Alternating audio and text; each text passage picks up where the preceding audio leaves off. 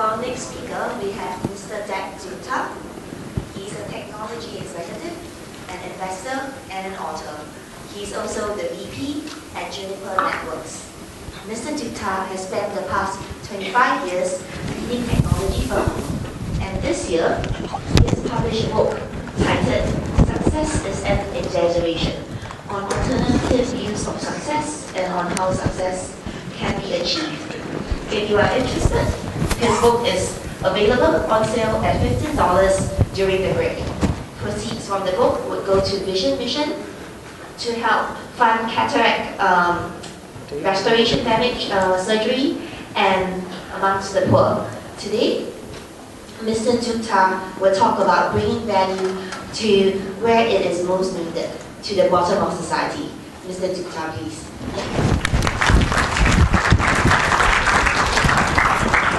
Thank you. Can everybody hear me? So then I don't need another appendage in my hand. So good morning, everybody. How are you today? Sleep? No, you can't do that because the two renditions were great. And I just want to say a little bit about what Mr. Tan said. And I want to make a disclaimer. So Mr. Tan and I met today, this morning. And you would agree, right? We haven't met before. And we didn't sit in the same room and craft our presentation. Okay? So I do understand that I'm in an education institution. So I will plead to the provost and the dean that there was no act of plagiarism. Okay? We did our things, but what you'll see common lines because what we are talking about is the truth. Right? And I couldn't agree more with what Mr. Tan was saying while I was sitting and listening to him, because it was lessons for me as well. And I'm slightly older than you, right? But so anyway, tomorrow you cannot control. Tomorrow is tomorrow, right? But you've got a couple of choices. One is you can let tomorrow come the way tomorrow wants to show up. Okay? Or you can do something today that will make tomorrow look a little more different and a little more like what you want to see it as. So no one is going to do that for you. It's you and only you who can do that. So good morning again. My name is Dutta, and as you can see, this is my third coming to SIM University, and I thank the provost, the dean, the professors, the staff, and most importantly you for bearing with me the third time around. And it's quite significant, my 3 visits, and I'll talk about that in a moment. But basically this is what I do. When people ask me, this is a very uncomfortable question for me when I go in social gatherings and parties and people ask me, what do you do? And what I do depends on what time of the day you're asking me that question. Because I have the privilege of doing all those things. I build businesses. I look around and I'm very interested in identifying assets. You know what an asset is? An asset is something that can grow in value. A liability is something that goes down in value. So I love to look at assets, and that also means people assets, right? People are the biggest assets around, right? And I invest in those assets and I watch them grow. I love to watch them grow. I also read a lot. I'm a voracious reader. I've got an inquisitive mind, and I had that since I was a child. And whatever I learn, I have this great desire to share, right? So I write. I write blogs, and my blog became quite popular, and now I published my first book, which I thought was, I was very proud of, because I never thought I could write a book. So once you make up your mind, I can tell you, if I could write a book, all of you can write a book and be mighty proud of it. And I just have fun thinking big. I don't think small. And that's one of my lessons, right? I don't think small. Because once you start thinking big, all the good things will follow. But it all starts with a thought. And I'm going to talk about that in a while. But what do I plan to do today? So in the next 40 minutes or so, I'm going to, I'm not the grandpa exactly, but I'm going to tell you a story. Okay? And this story is based on 3 chapters from my life. right? And the first chapter is what all of you want to be in. You want a great job. You want a very good position. You want to earn lots of money. You want to have a lot of fame and fortune and people doting on you. All of that. You want that, right? Anyone don't want money? Anyone don't want fame? That was the first chapter of my story, and I'm going to take you through that. And I learned a lot from that, right? But it's the second and the third chapters that I learned even more. And I'll take you through that as well. So, what does the first chapter look like? First chapter looks like this. So, first chapter, I was the corporate maverick. And I don't care how I looked. I felt like Tom Cruise. Right? In everything that I did. Because I could do impossible things. And, well, I will make a disclaimer here. I couldn't do these by myself. I was surrounded by some of the finest people, some of the finest professionals in the technology industry, whose relationships I cherished, who were part of my team, and it was a privilege to work with them. And with them, I could do everything. And I was in a security company towards the end of the 1990s, and we were coming to the Y2K time frame.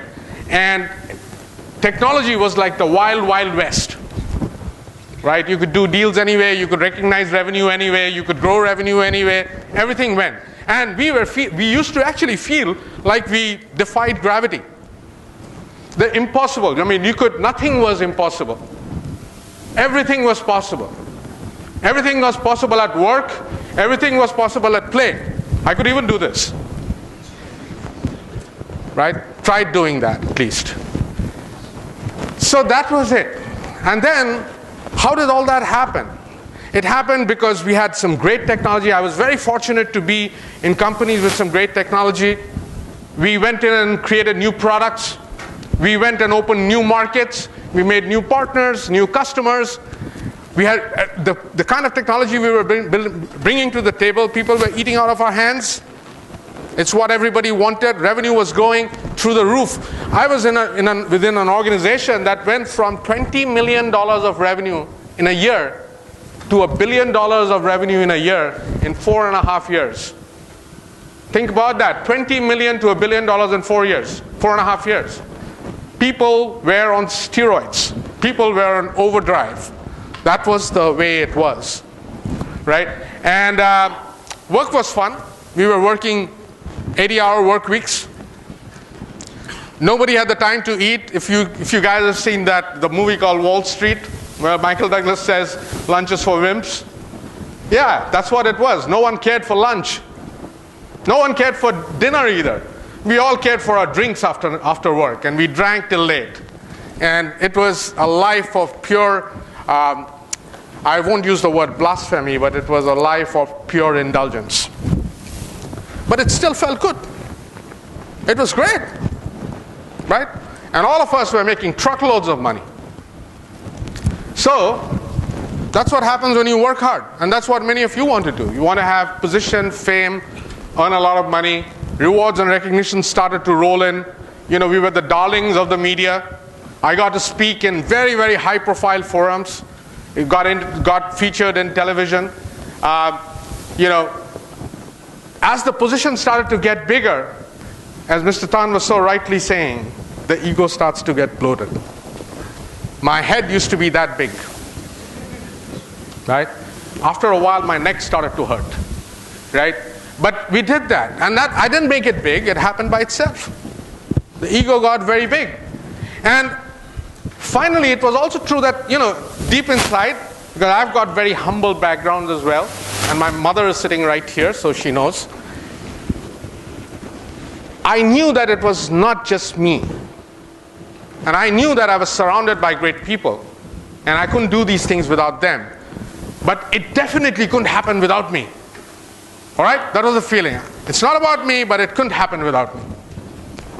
So life was really good. That's me, actually, with a lot less gray hair, and my hair was black. And this is a photograph taken in Hawaii. I was there for an Achievers Club meeting, This is Hawaii. And just in case if you're wondering, why is this guy in Hawaii wearing a jacket and trousers? Well, I'm standing on top of a cliff, and I'm looking down at one of the volcanoes. Right, so that's the kind of exotic locations I used to go very regularly. Right? And life was really good. So that's my chapter 1. Think about it. That's something that you would want to align with, right? That is the life that you seek. Beautiful.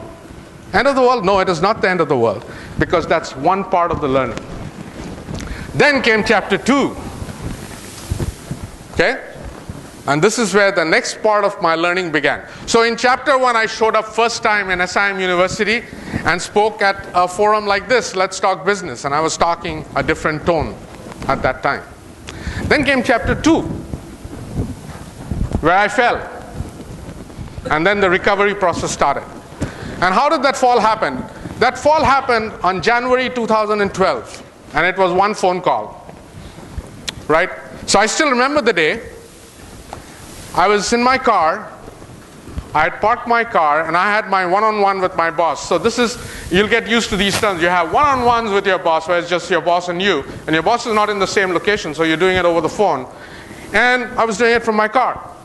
And over the years in this company, for a good part of 10 years, my boss and the rest of the executive team and the whole organization, the board, was extremely supportive of me, because of which my team and I could do the great things we were doing in Asia and Japan.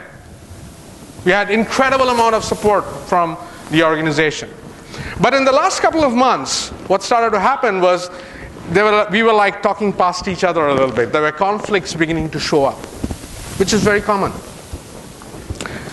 And one thing led to another. It's like the boyfriend-girlfriend thing, right? That you go along for a long time and everything is fine. And one day, you're not understanding each other all that much. You're not agreeing with each other all that much. So we were getting to that stage. But this conversation, 15 minutes into the conversation, I realized that we were into deep waters. 20 minutes into the conversation, my boss and I agreed that, I don't need to be in the company. And it's best that I leave. Right? So I said, fine. So we agreed. I got out of my car, and I took the elevator, went up, and went into my office.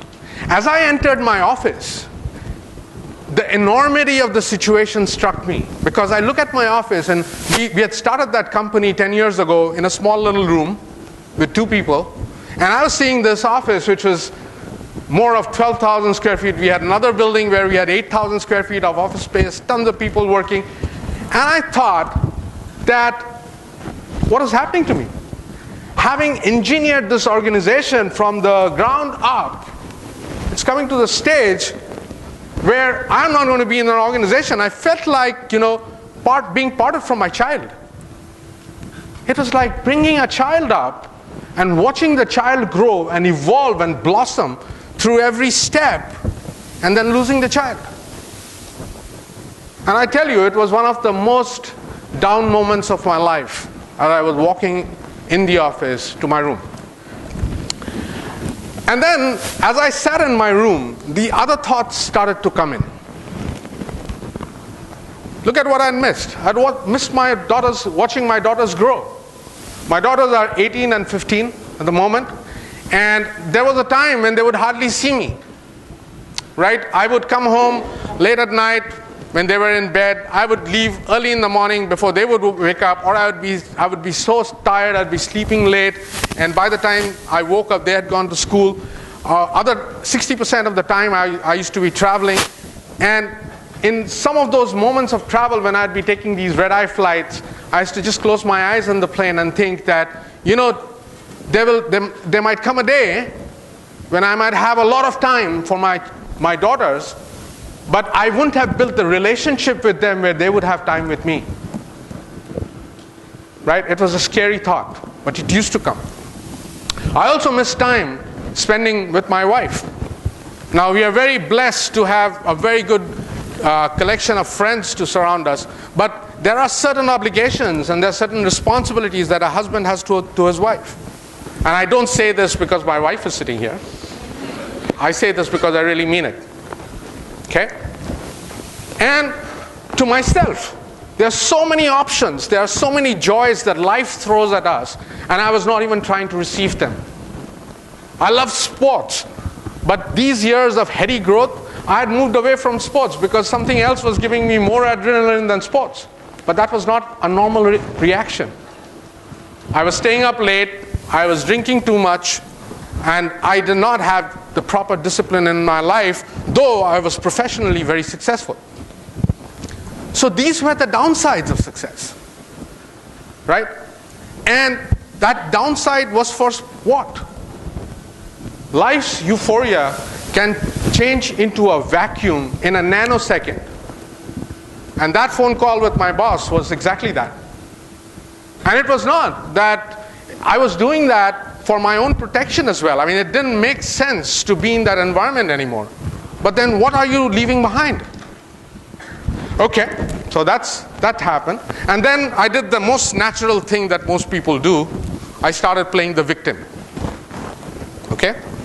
And what does the victim do? The victim says, you know what? The whole world is against me.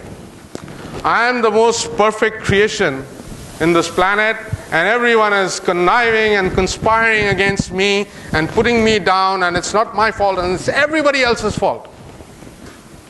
Right? And I played that for some time till the alarm bell rang. And when the alarm bell rang, I realized something that I think Mr. Tan alluded to as well, that you and only you can control and change your destiny. There is no one else in the world that you can control other than yourself. You can't control your children, you can't control your wife, you can't control your girlfriend, you can't control your boyfriend, your parents, your company, your boss, your employees. You can't control nobody but yourself. And unless you put yourself in the driver's seat, things are not going to move. And that's the reality. So I started to think, what was my problem? My problem was my past goals were very limited. They were very small goals. They were around one job which I thought was my child, around a company, a job in a company that seemed to me like my child. It was about my success, my own success, my family's comfort, their happiness. It was all very limited.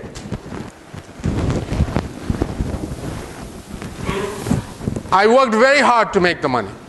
And this is a very important thing for you to understand, that money, when I looked at money, when I was working, when I was employed in my chapter 1, I used to look money as a unit of measurement to do a transaction.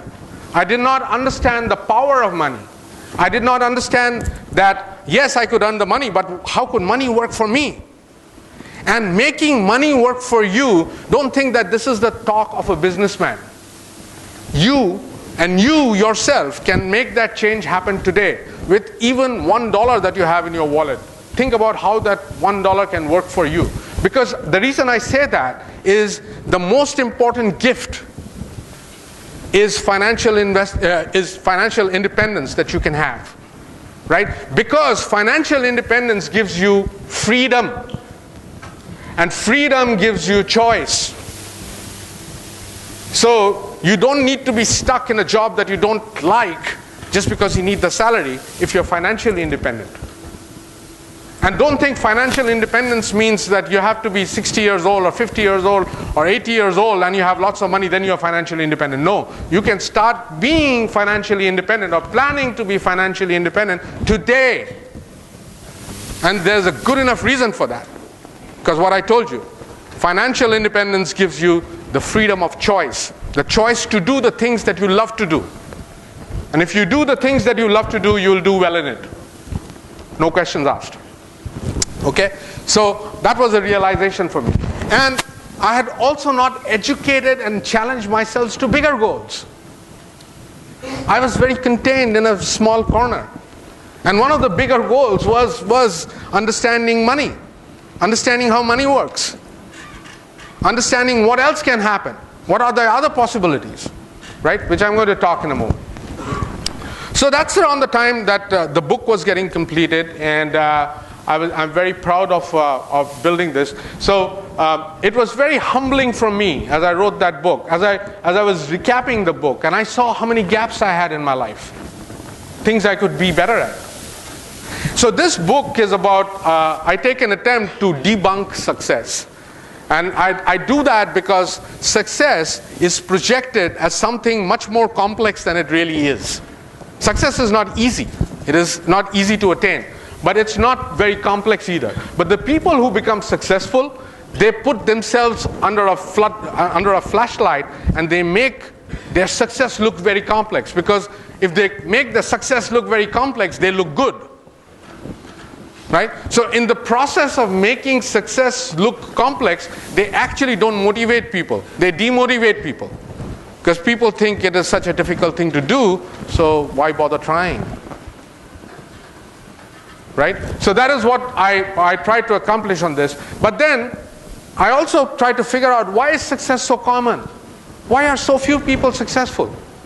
And there are many takes at it. My simplistic take is it needs those four things. And that's why I said that, first of all, there needs to be desire.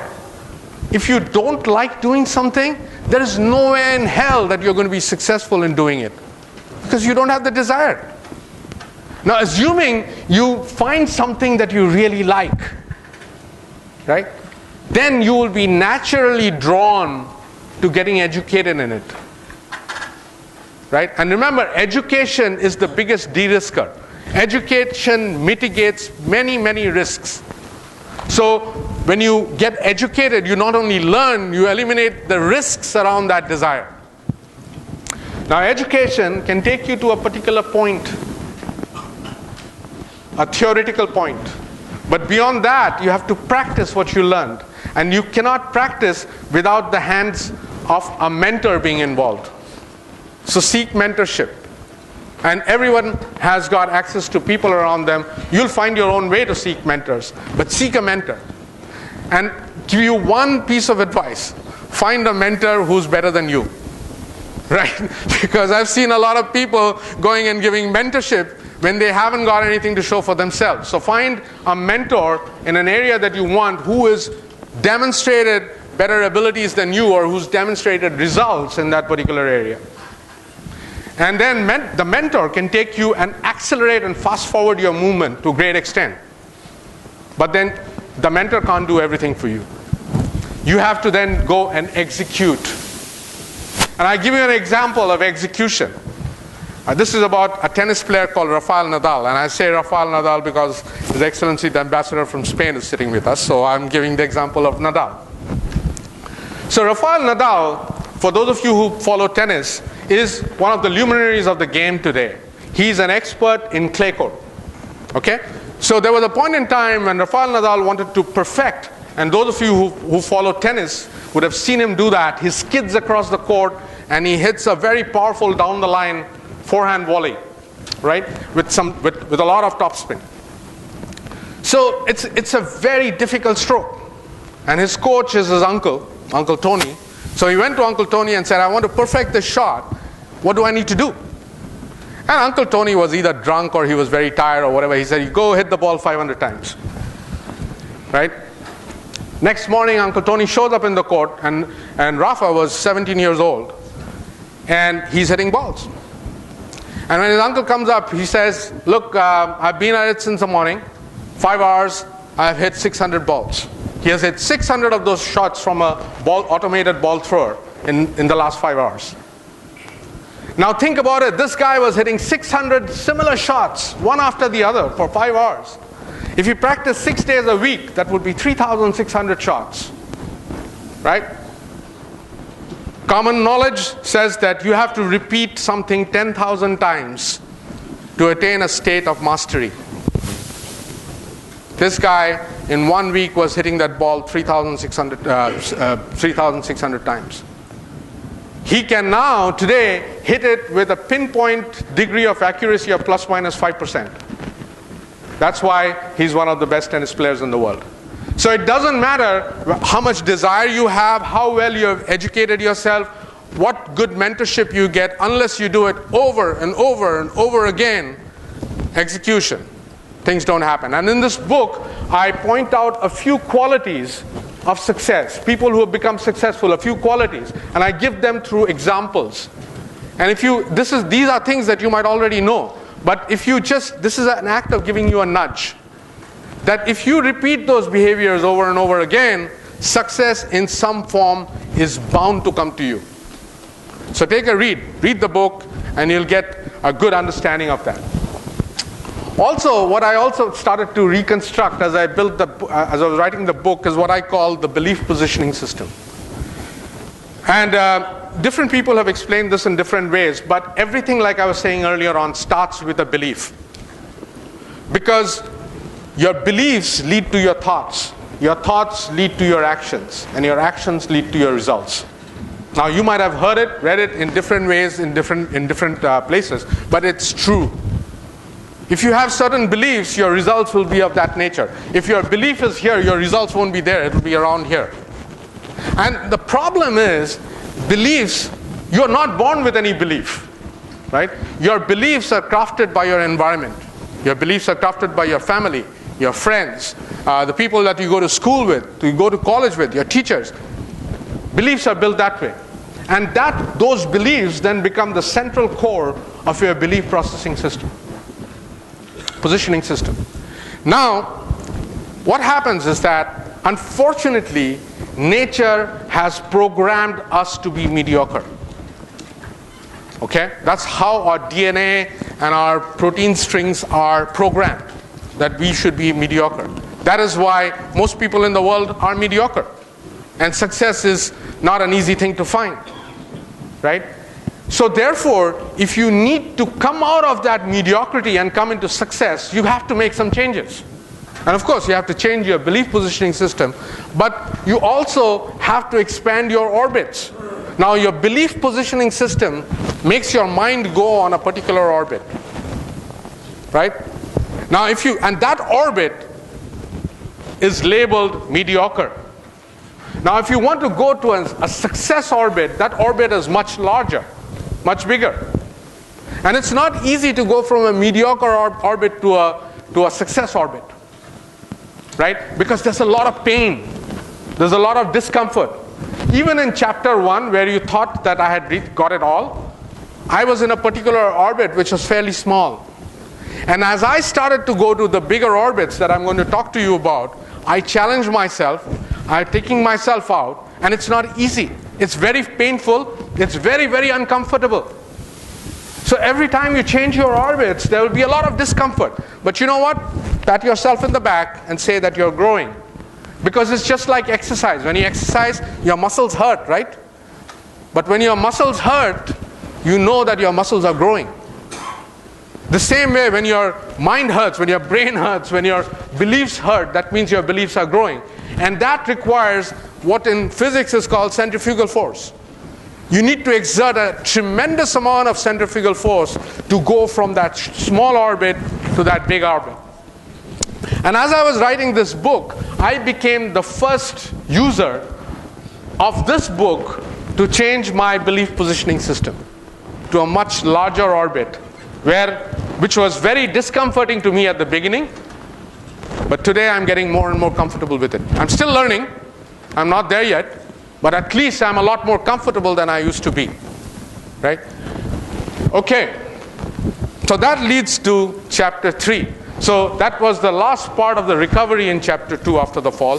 So now I come to chapter 3. So what did I do in chapter 3?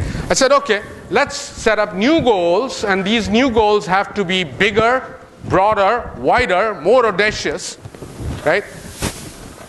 And it would not just be about a job or just my family or just me. It has to be bigger than that.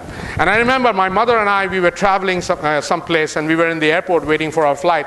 And I told my mother, I told her that, look, you know, Mom, for years I have done this thing. And I told her, and I walked her through the chapters of my life, which she's familiar with anyway. And I told her, now, what if I start to, instead of just think about me and my job and my family and my near and dear ones, what if I start to think about people who don't even know me?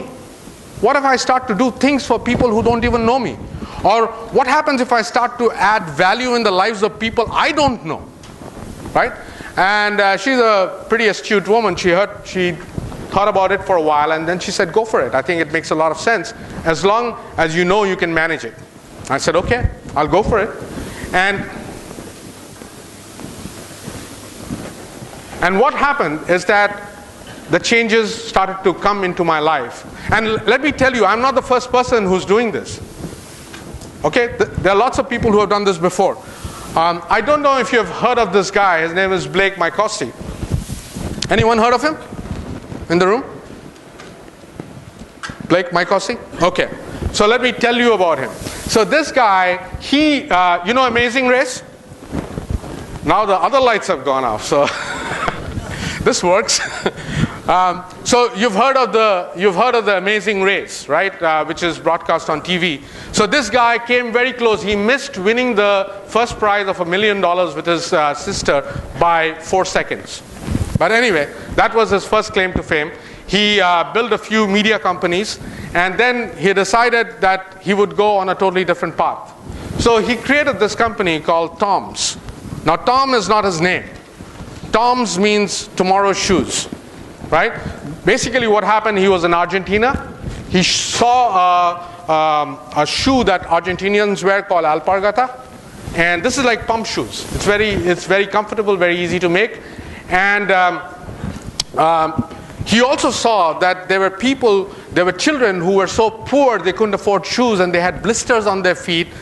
Many of them had been infected, and they could not walk, they could not work, and they're leading very miserable lives. So he thought that he should put shoes in the feet of those children, right? But how could he afford it? Right? He didn't run a charity program.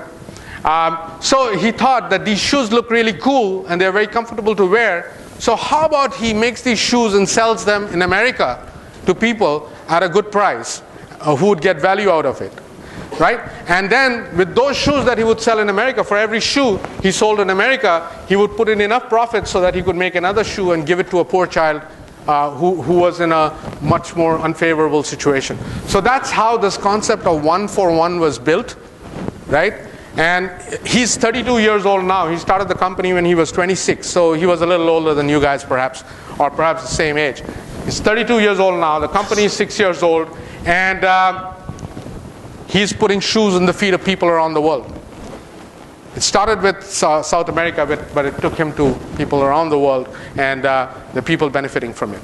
This company is now driving revenues of $600 million. So, you know, doing good doesn't mean that you're donating. This company is a for-profit company, makes $600 million revenue, and recently one of the leading private equity companies in the world, Bain Capital, invested $300 million in this company at a $900 million post-money valuation.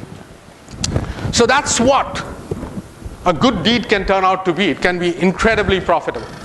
So my thoughts went like this, right? There are many other examples like this. So my thought went like this. My biggest asset today is time. It's not property, it's not money, it's not financial assets, it's time. And therefore, I have to be very, very careful that I invest time in things that deliver maximum impact. Now that maximum impact thing, the thing that will deliver maximum impact doesn't need to be technology. Well, I spent 25 years in technology, but I don't have to do everything in technology going forward. Because like I told you, education is the biggest mitigator of risk. And if I really like something and I desire to do it, I'll go and get educated. For Christ's sake, I'll even go and get a mentor if I need to in that particular area. Even I need a mentor. Okay? So education will mitigate the risk of unknown. And if I somehow can put an act which removes human inequity and also helps me make money like a capitalist, that sounds like a pretty cool idea, doesn't it? Yes or no? Right? You're doing good to other people, but also getting money in your pocket. Sounds good, right?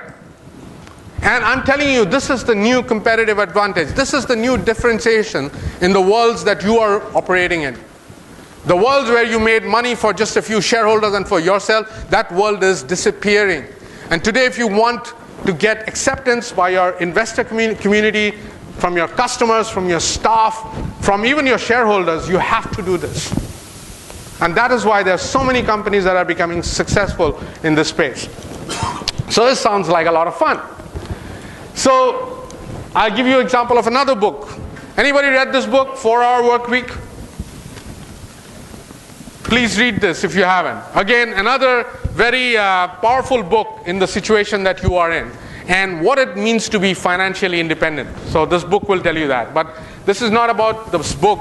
The guy who wrote it is Tim Ferriss, and this became a New York Times bestseller in about a couple of years ago. But what Tim Ferriss, the reason I brought this up is, what Tim Ferriss says is that forget about retiring at 60.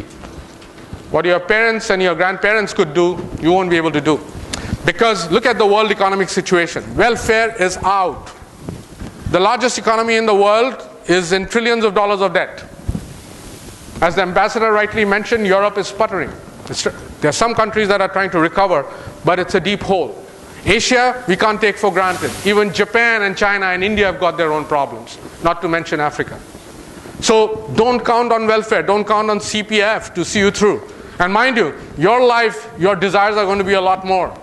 A CPF can't fund that. Okay, take my word for it. So start thinking about financial independence, which I said earlier, and start planning mini retirement, because you're not going to retire at 60, remember, so you won't have golden years. So start planning your golden years now. And you should plan your mini retirements now to go off and do things that you want to do, because you won't be able to do it at 60. Right? And for that, what do you need? You need financial independence, right? So read that book. And read the other things that I've told you earlier on. Right? So if retirement has to start today in some form, why can't giving and building value start today? It doesn't have to be done once you get your pension. You don't have to pay from that. Make giving in a valuable way, for profit, as a part of your regular lives. And it's not as difficult as it sounds. I might be saying something new, but it's not as difficult as it sounds. Believe me, I've gone through it. So this is my idea of how you build it, right? Shape it the way you want to. I'm telling you, for Christ's sake, don't think of donating, right? Because you're far too smart for it. If you don't have brains and you just want to put some money to keep your mind peace, then go and donate. I don't donate, right? In fact, I like to create value. So create a platform that is sustainable, that you can use, by which you can give money to people, but it sustains and fulfills itself. You can either build a platform or join one, right? And there are many platforms that are coming up, and all of you are savvy with social networks, so you know how to get there. So either build a platform or join one. And once you are in there, be a magnet. Draw your loved ones into it. It's the power of people, the power of numbers. And I tell you, it doesn't take long. The force multiplier amongst the people just in this room is good enough to drive tremendous impact, because all of you are connected to these things. And these things make and accelerate all your initiatives a lot better than what it used to be 20 years ago. So yes, you should use your social networks to talk about where you went with your boyfriend last night for dinner, and which vacation is on, what dress did you buy. All that is great. But along with that, make this effort, this initiative, a part of your social networking campaign.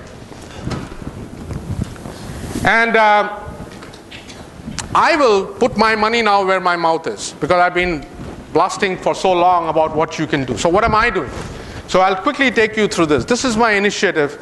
It's called ELPIS. It's a Greek word. It stands for help, for hope. And I've got three key areas of focus. I repair, I rehabilitate, and I redeploy. And the objective of doing this is twofold. One is I want to create value, and by now you would have understood that I'm a big believer of creating value, and make that sustainable. And that's why I said I don't like charity, because charity is never sustainable. So you have to have some way to sustain this elimination of inequity. Right? This is what I am doing. Okay, and how do I do it? So I'll give you the thing. The first action is repair. So in repair, I'm working with my team in this project called Vision Mission, And we've got Avinash from this project. Avinash, if you can just wave to people. Avinash is from this project. He's driving this project. We are repairing 1,000 pairs of cataract eyes in India, in a very impoverished state in India. 1,000 pairs. And we'll get that done by 31st December 2014. We've got all the funds aligned. We've already done 300. We are going to get another 350 done in October. And we'll do another 350 in December through pre-arranged camps.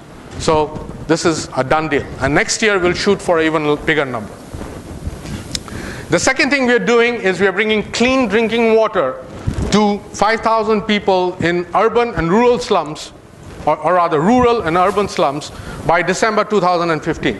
And we are doing this through something called a very sophisticated system, actually. So this is pure clean water available for 4 cents a gallon.